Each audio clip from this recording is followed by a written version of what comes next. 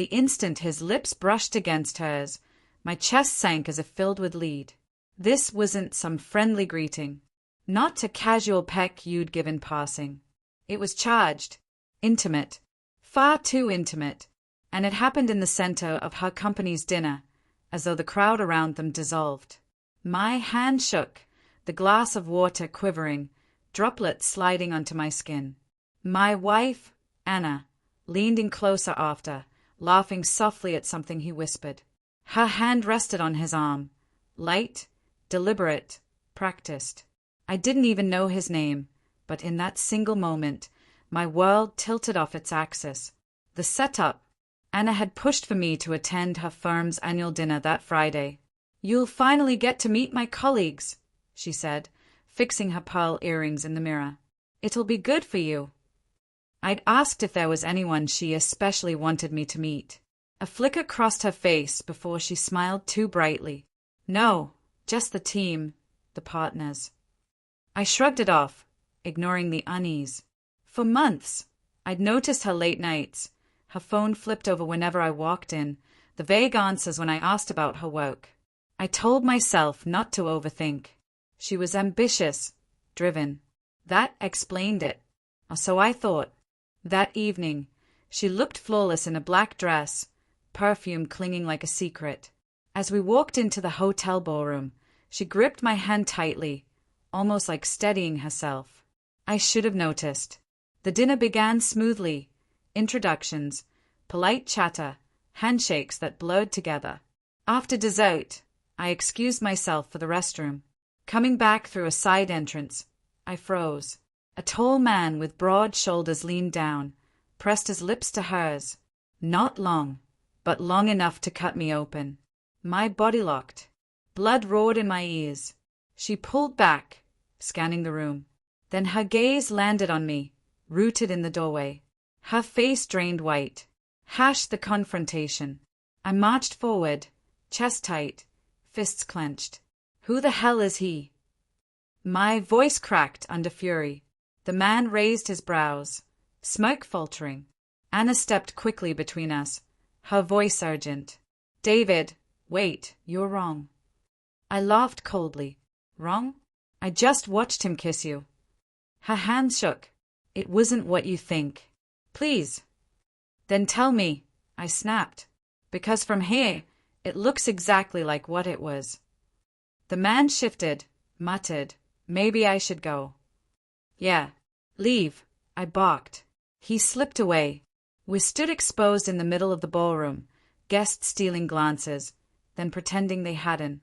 The ride home suffocated. Silence pressed in, thick and heavy. Anna stayed out the window, her fingers knotted together. I finally asked, how long? She winced. It's not what you think.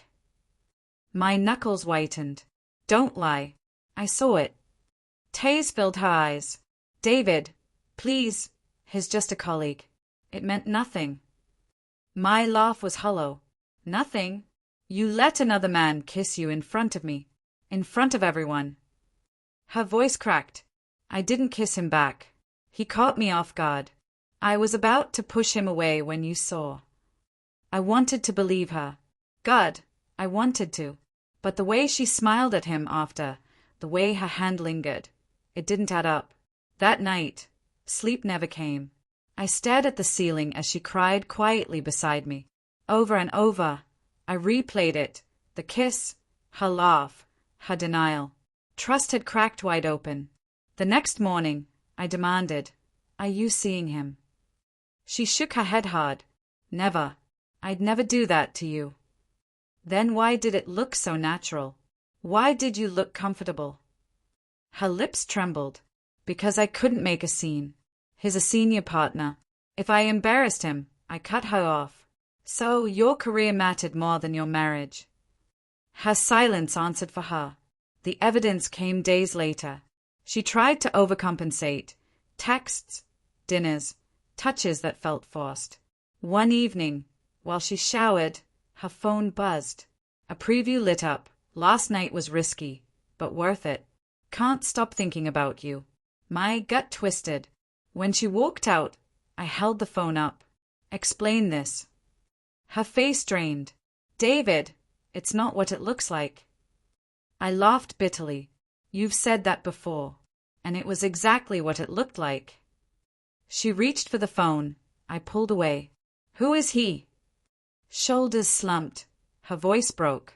Ryan. One of the partners. My chest hollowed. How long?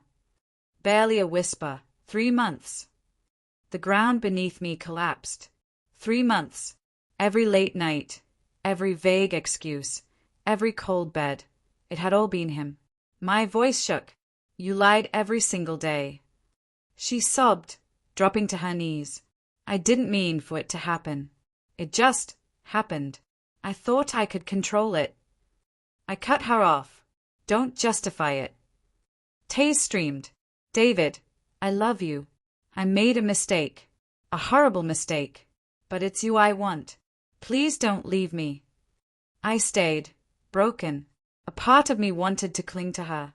But another part knew something inside us had shattered beyond repair. The breaking point came a week later. I tried to live as if things were normal. Wake, dinners, silence heavy between us. Every buzz of her phone sent my heart racing. One night, I finally said it. I can't do this anymore. Her fork slipped. David, please. My voice hardened. You chose him the moment you let it go on for months. You don't get to fall back on me now. Her eyes brimmed with panic. We can get counseling. We can fix this. I shook my head. You broke what can't be fixed. She reached for me. I pulled away. You already gave up. The next morning, I packed in silence while she sobbed on the couch. She didn't stop me. Maybe she knew it was already over. In the weeks that followed, her texts poured in, apologies, declarations, desperate pleas. I didn't answer.